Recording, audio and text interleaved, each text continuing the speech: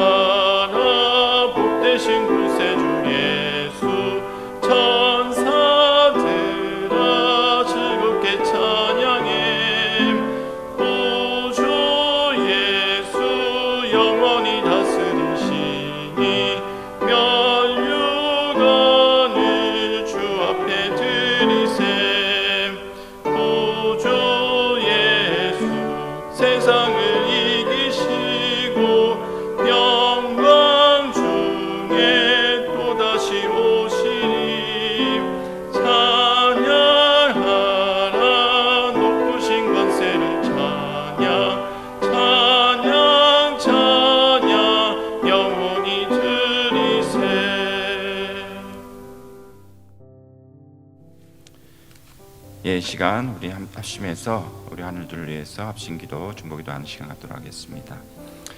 에밀리 지사님께서 몸이 편찮으신 관계로 제가 기도 제목을 같이 나누도록 하겠습니다. 주보를 참조해 주시고요. 병원 반복 및 검사하시는 회원이 되시겠습니다. 캘리포니아 민 회원께서 허리 부상으로 처방약 복용 중에 있으시고 황달 증상으로 ER에 가셔서 입원 치료 중에 있으십니다. 플로리다의 리 회원께서 폐렴 진단과 함께 치료 방향을 잡기 위해서 펫 스캔 예정에 있으십니다.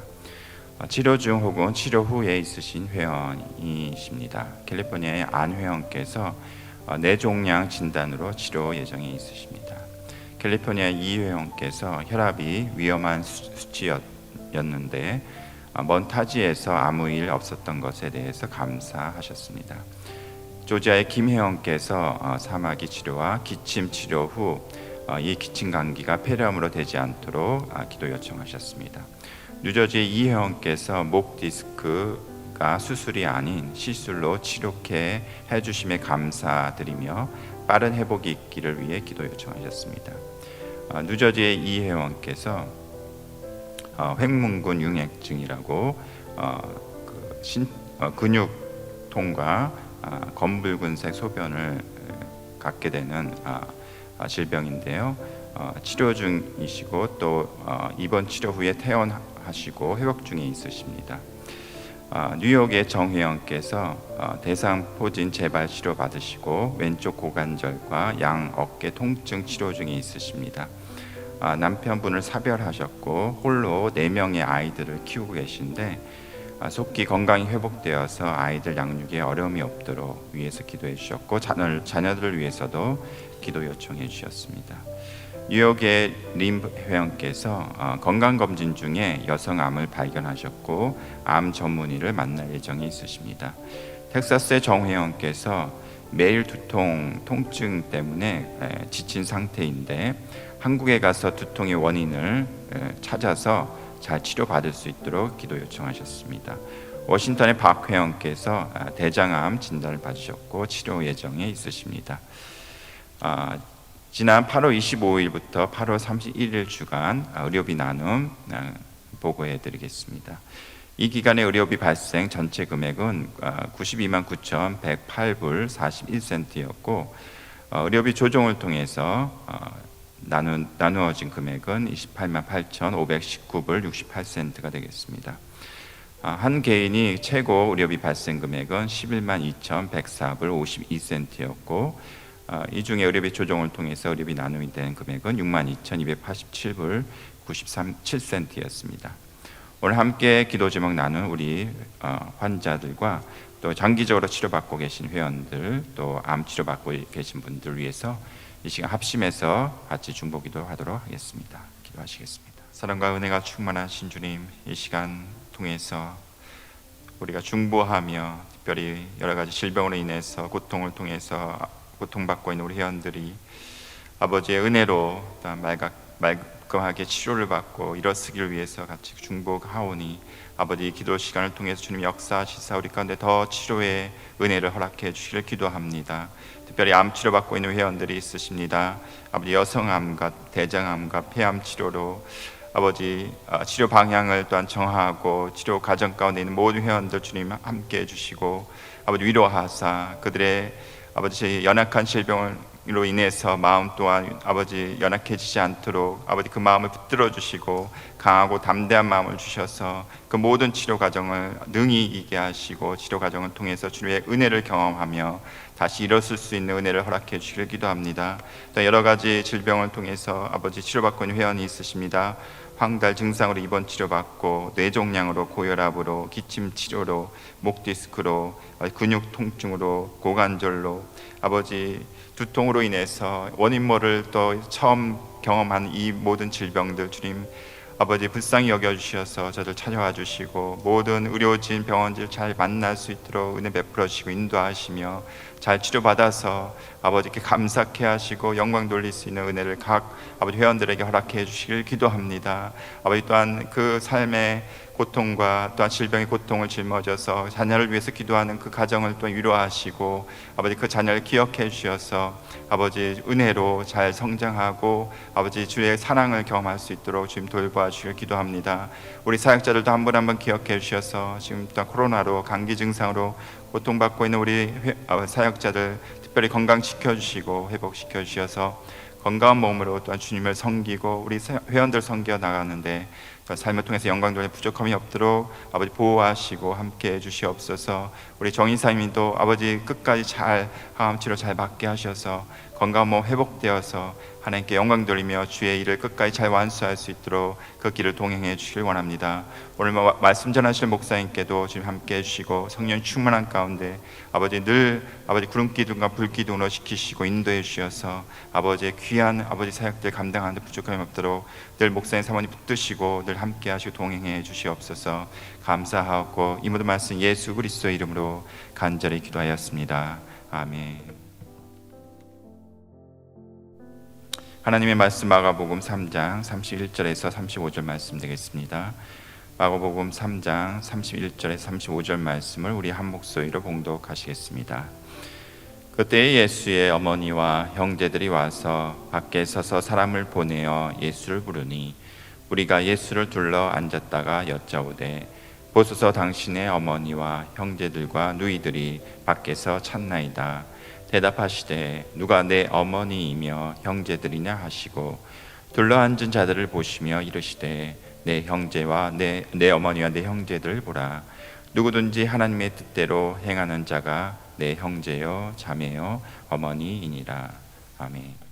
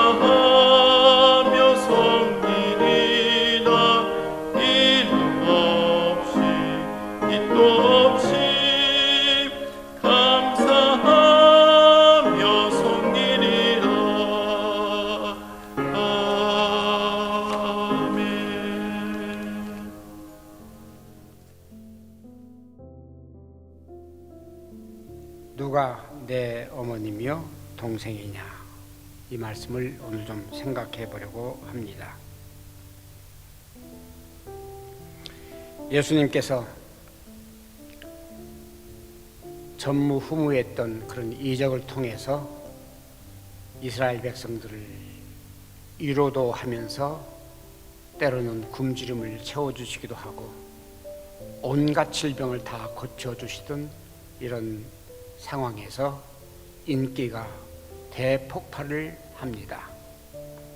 그래서 많은 군중들이 예수를 따르게 되고 그 누구도 이러한 군중들을 리더할 수 없었습니다마는 그 많은 군중들이 다 예수를 따르면서 심지어는 그 예수를 임금으로 삼으려고, 이스라엘 왕으로 삼으려고 유대인들이 기대하고 또 바랬던 참 메시아가 온 것으로 이렇게 알고 예수님을 그렇게 대우를 하고 영접을 했습니다.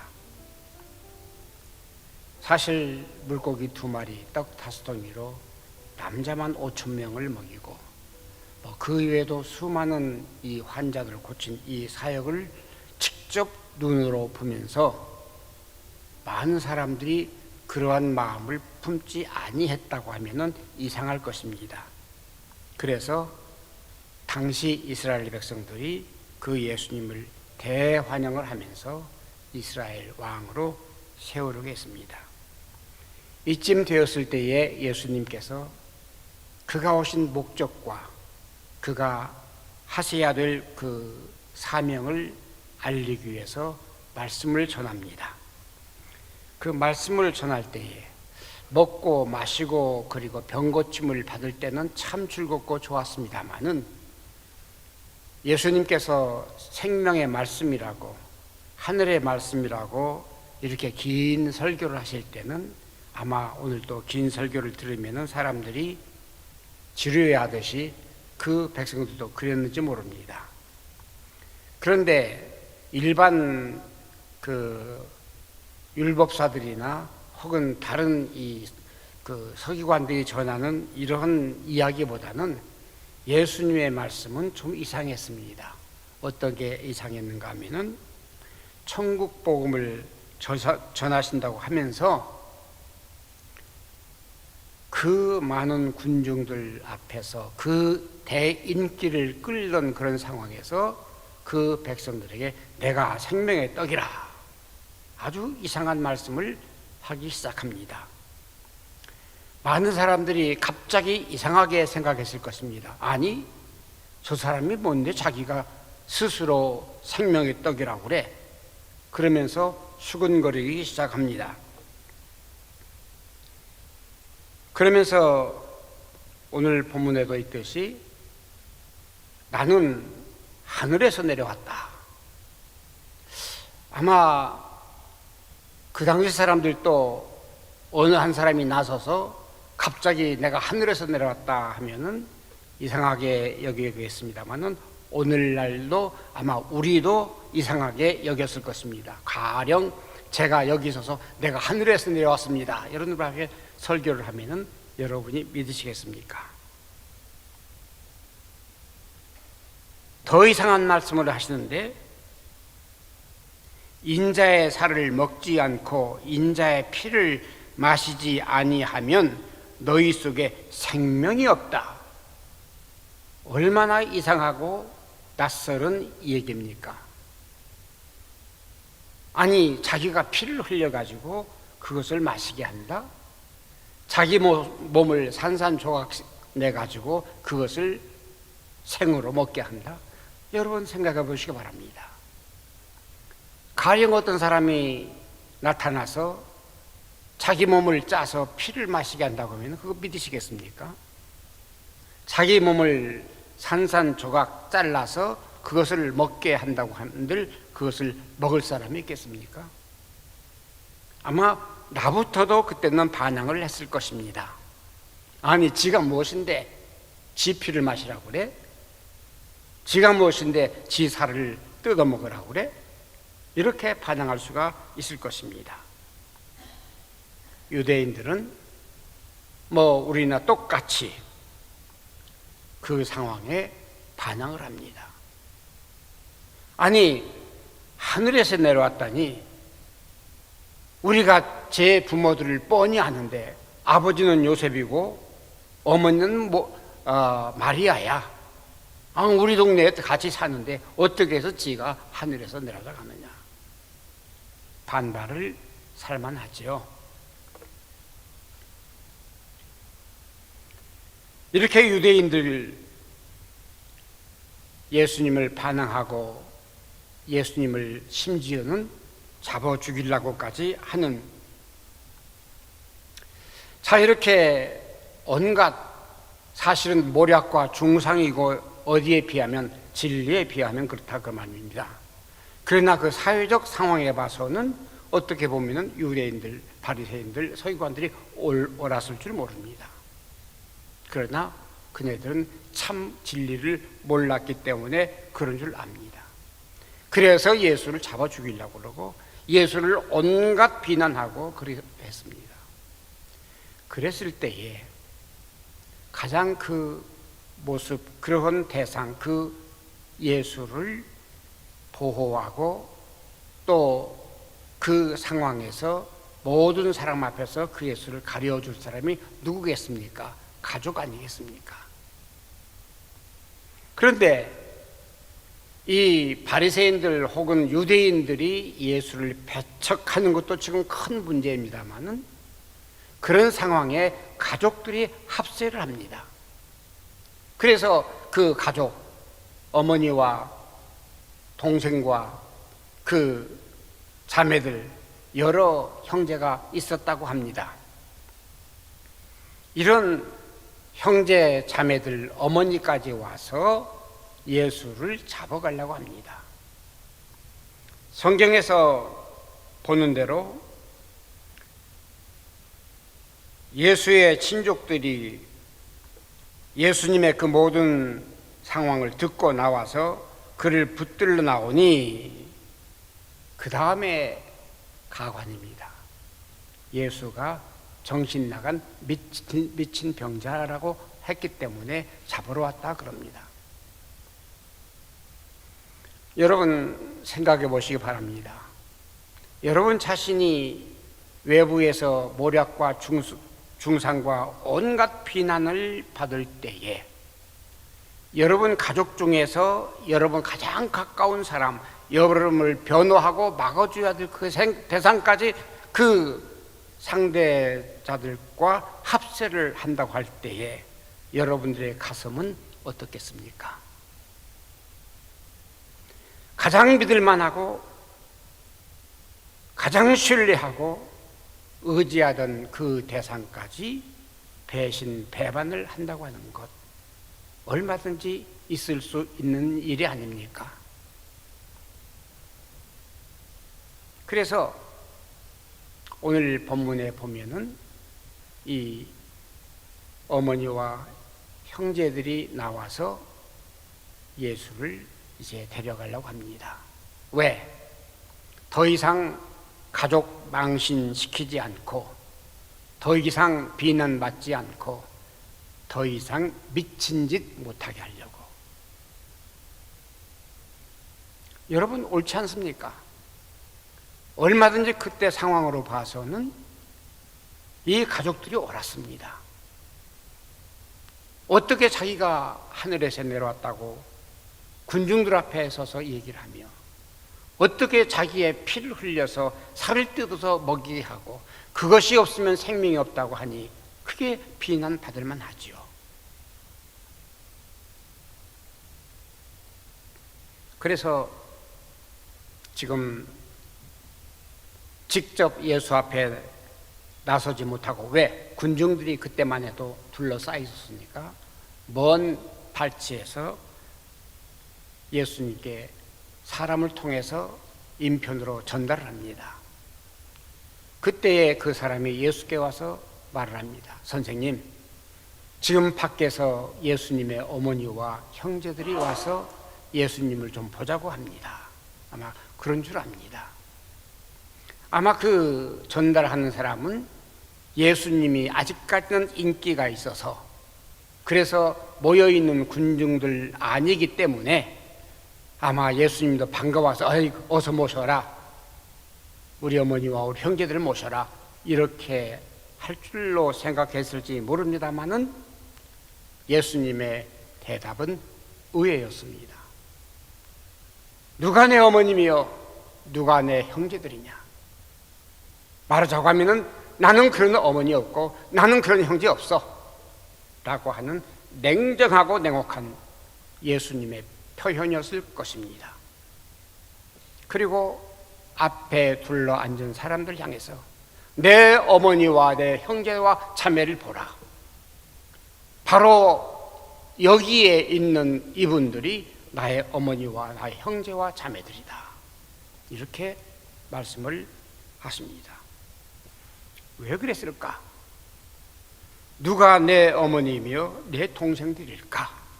오늘 이 문제를 한번 생각해 보려고 합니다. 예수님께서 정말 반갑고 반겨야 될 어머니가 오셨고 형제가 왔는데도 그네들을 부인하고 보라 내 형제들 하면서 둘러 앉아 있는 자들, 둘러 있는 자들을 보시며, 둘러 있는 자들, 내 앞에 지금 내 얘기를 듣고 있고 이 이야기에 공감을 하고 이 얘기를 따르고 이 얘기를 믿는 이 둘러 앉은 사람들을 보라. 바로 이 사람들이 내 어머니며 내 형제며 자매라고 그렇게 말합니다. 누구를? 지금 내 앞에 둘러 앉아 있는 자들. 어쩌면 예수님의 새로운 가족 개념인지도 모르겠습니다. 둘러 있는 자들, 무슨 의미일까? 우리 속담에 이웃 사촌이란 말이 있습니다. 아마 옛날 성경을 연구한 분이 그 말을 만들었는지도 모르겠습니다만은 가까이 있는 사람이 먼 친척보다 낫다는 얘기겠지요. 그런데 우리 성경은 좀 더 구체적입니다. 둘러 앉아 있는 사람들은 대체 어떤 사람들일까? 예수님의 그 설교만 들은 사람들일까?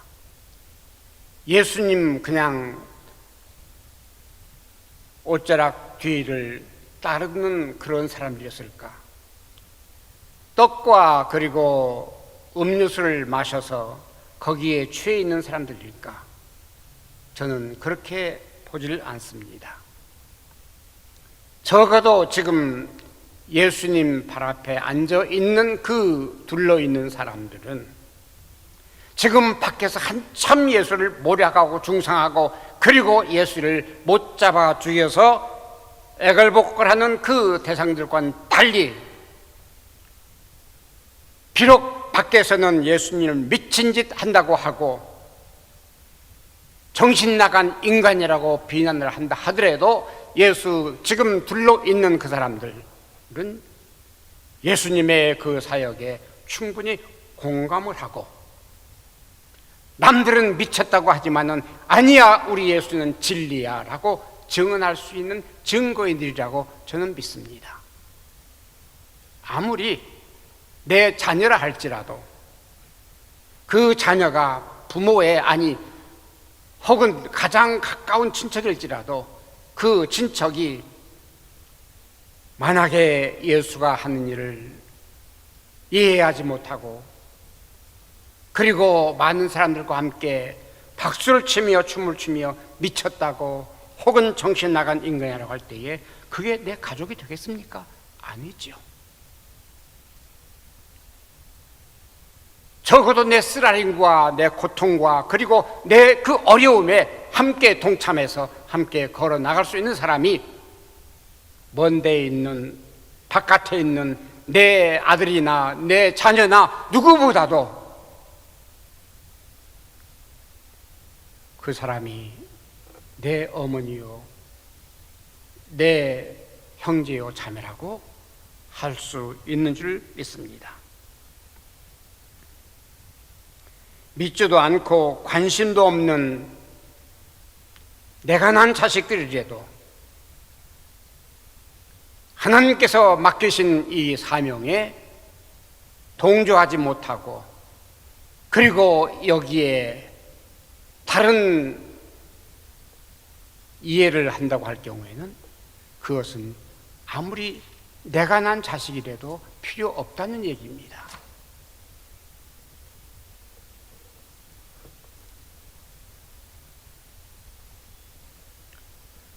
적어도 이런 상황에서 내가 생명의 떡이니 하늘에서 내려왔다느니 또 내 피를 마셔라 내 살을 뜯어 먹어라 뭐 이렇게는 말씀하지 않았었겠습니다만은 그런 의미로 말씀을 하셨을 때에 많은 사람들이 물러가고 하하 그 말씀 어렵도다 도대체 무슨 정신 나간 소리를 하느냐 할 때 많은 사람이 그냥 물러갑니다. 그 많던 군중들이 다 헤어집니다. 쓸쓸하게 예수님과 몇 사람이 남습니다. 그때 묻습니다. 너희도 가려느냐?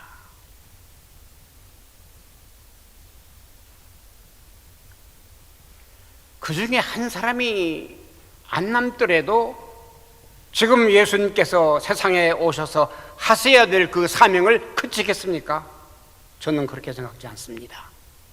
아니 그랬습니다.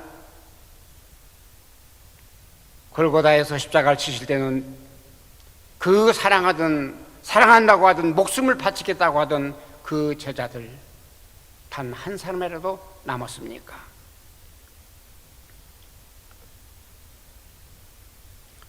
그러나 그 전 일입니다마는 말이라도 사도 베드로는 너희도 가르느냐 이렇게 할 때에 뭐라고 답변했습니까?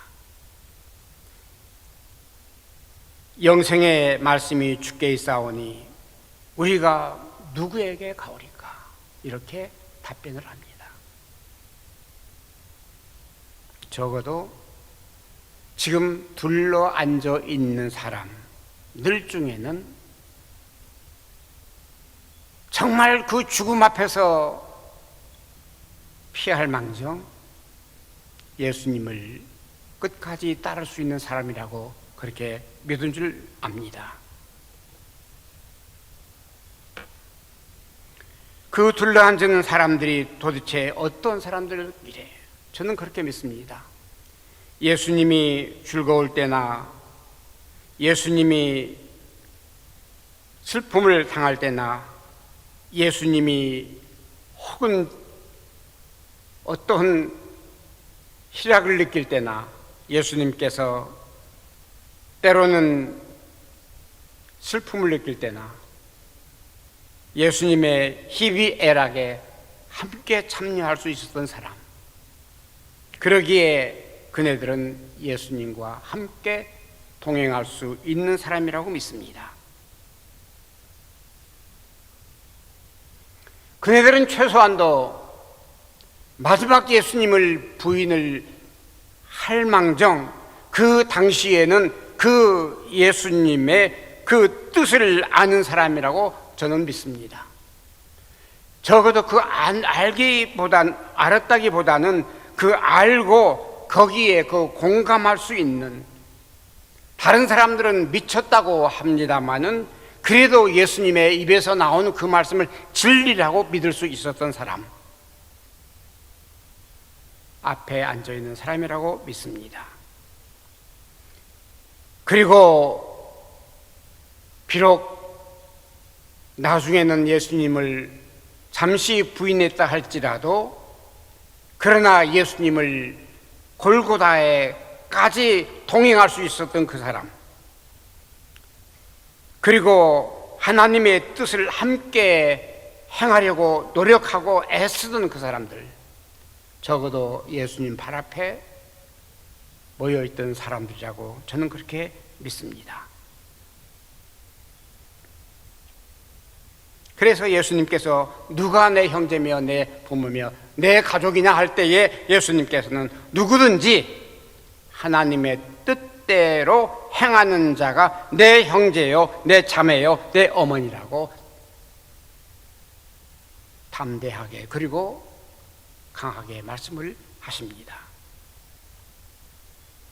다시 말하지만 적어도 아무리 친족이라 할지라도 지금 예수님께서 가지고 내려오신 그 사명에 동참하지 않는 그런 그 친족은 친족이라고 할 수 없다는 얘기입니다. 그러므로 만약에 예수께서 어떠한 큰 유산이 있었다 할지라도 내 친족이라고 해서 그 친족에게 그 유산을 남길 생각이 없다는 얘기입니다. 요즘 세습이라는 문제가 한국에서 많이 있죠. 물론 세습이 좋은 면도 있고 나쁜 면도 있습니다만은 세상의 금과 은을 바라보면서 세습을 한다고 하면은 그것은 잘못된 것이라고 생각합니다. 예를 들어서 대형 교회를 내 혹은 자녀에게 물려준다고 하는 것은 그 대형 교회이기 때문에 물려준다고 하는 것은 큰 잘못이라고 저는 생각합니다. 물론 자녀 중에서 특출한 사명감과 그리고 그 뜻을 아는 사람이 있다고 한다면 그것은 잘못된 것이 아니라고 생각합니다.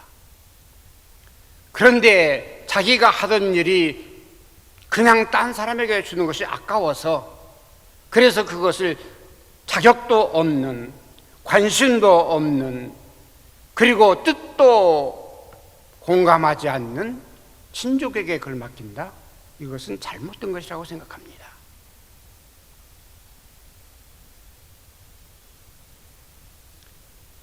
적어도 지금 예수님 앞에 가까이 있는 사람들은 세상을 초월할 수 있는 사람들이라고 저는 생각합니다.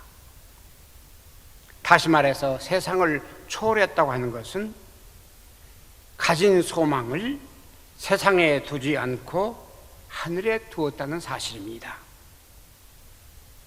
적어도 이 세상보다는 하늘의 그 세상, 우리 예수께서 마련했다고 하는 그 세상이 오늘 이 세상보다 훨씬 더 좋다고 하고 그렇게 믿을 수 있는 사람. 그래서 골로새 1장 5절에 너희를 위하여 하늘에 쌓아둔 소망, 이 소망을 적어도 나의 소망으로 느끼고 그리고 믿을 수 있는 그 사람. 그렇기 때문에 세상 것을 포기할 수 있는 사람, 세상의 금은 보화를 포기할 수 있는 사람, 세상의 명예와 그 모든 업적을 포기할 수 있는 사람, 이 사람이 바로 하늘에 소망이 있는 사람이라고 저는 그렇게 믿습니다. 저도 그렇게 되고 싶습니다.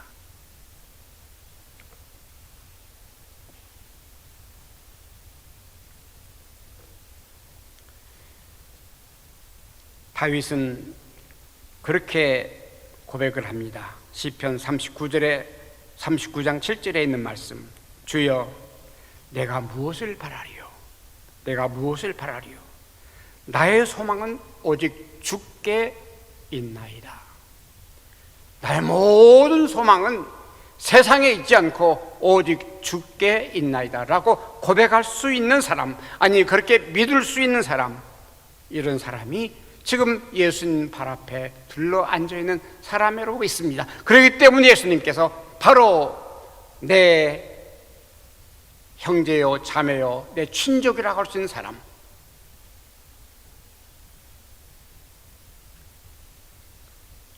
욥은 다음과 같이 고백합니다. 31장 24절에 있는 말씀입니다. 내가 언제 금으로 내 소망을 삼았으며 내가 언제 정금더러 나의 의뢰하는 대상이 되었다고 했더냐. 여러분, 적어도 참 믿음을 우리가 바라볼 때는 이런 고백을 할 수가 있지 않을까, 저는 그렇게 생각해 봅니다. 세상의 정금이 무엇이기에, 세상의 금덩어리가 무엇이기에, 세상의 명예가 무엇이기에, 세상의 자랑이 무엇이기에, 내가 숨이 끊어지는 순간 그것은 아무 쓸모없는 분토와 같은 것일 뿐이라고 우리는 그렇게 보지 않습니까? 내가 언제 금으로 소망을 삼고 내가 언제 정금더러 너는 나의 의뢰를 하였더냐. 욥의 고백이었습니다. 그러므로 우리가 예수님의 참 형제와 자매가 되려면 우선 예수님의 뜻과 사역이 무엇인지를 알아야 될 것입니다. 그런데 예수님의 뜻과 그 사명이라고 하는 것은 세상이 바라는 성공과 그리고 세상이 바라는 희망이 아닙니다. 그리고 그 뜻과 사명을 아는 것도 중요합니다만은 거기에 깊이 동참할 수 있어야 될 줄로 압니다.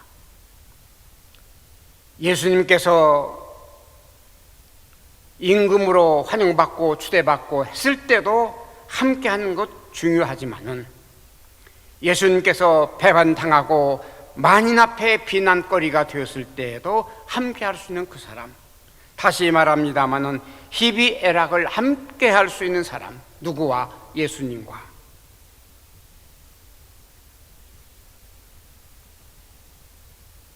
끝까지 배신하지 아니하고 그 예수를 따를 수 있는 사람, 적어도 예수님은 그 순간 그런 사람들을 기대하고 구했으리라고 믿습니다.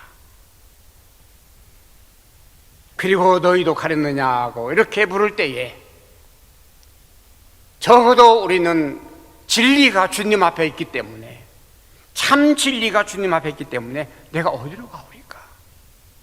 세상 나가야 다 헛것인데, 세상 나가야 눈 감으면 다 없어질 것인데 라고 하는 담대한 신앙의 고백을 할 수 있는 사람, 저는 그렇게 믿고 싶습니다. 그런데 마지막 예수님께서 마리아를 향해서 하신 것 우리가 기억을 합니다.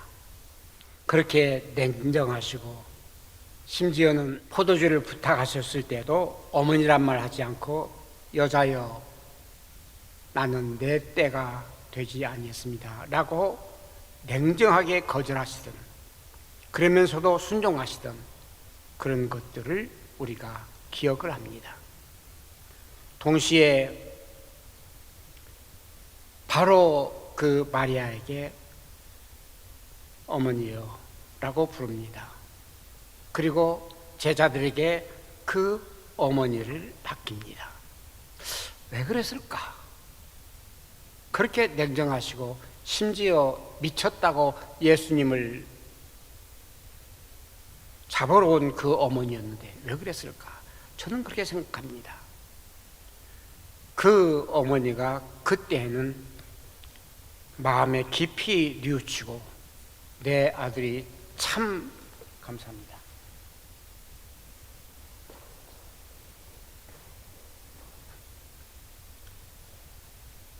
진리를 이 땅 위에 전하러 온 하나님의 아들이었다는 것을 고백하고 죽음을 무릅쓰고 지금 골고다 십자가에서 피를 방울방울 떨어뜨리면서 그 애처로운 모습을 보시면서도 너는 내 아들이 아니야, 너는 하나님의 독생자라고 고백했을 줄로 믿습니다. 바로 예수님의 고난과 예수님의 죽음에 동참하는 그 어머니를 바라보면서 예수님께서도 아마 피눈물을 흘리시면서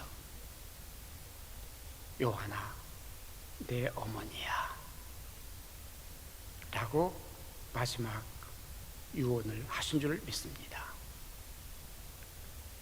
끝까지 예수님을 따르면서 우리가 예수님의 참 제자가 되기를 저도 바라고 여러분도 바라고 우리 사역자들 그리고 오늘 이 설교 말씀을 함께 나누는 모든 우리 회원들, 환자들 꼭 그렇게 되시기를 간절히 소원합니다. 기도하겠습니다. 고마우신 주님 감사합니다.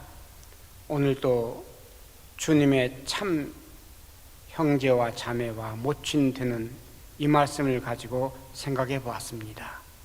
주님, 세상을 다 잃는다 할지라도 우리는 주님의 참 자녀가 되어서 오늘도 이 땅 위에서 주님의 뜻을 이루며 하나님의 영광을 위해서 사는 우리의 삶이 되기를 간절히 소원합니다. 예수님 이름으로 기도합니다.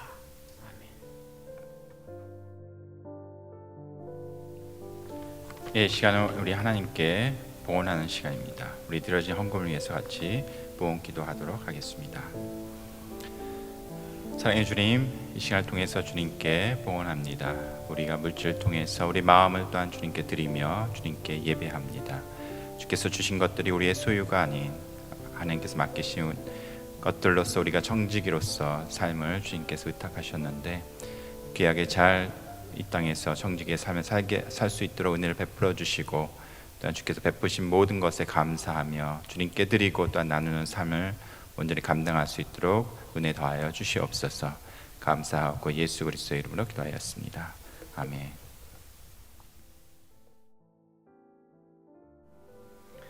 지금은 우리 주 예수 그리스도 내와 하나님 아버지의 극진하신 사랑하심과 성령님의 내주하시고 인도하시고 교통하심이 오늘 환우들 주님께서 함께 하시며 저들의 모든 질환을 치유해 주시며 저들을 위로하시기를 간절히 바라며 이를 위해서 함께 중보 기도로 함께 기도하는 모든 사역자들 수많은 우리 회원들 모두에게 주님의 크신 은총이 함께 하옵시기를 간절히 축원하옵나이다.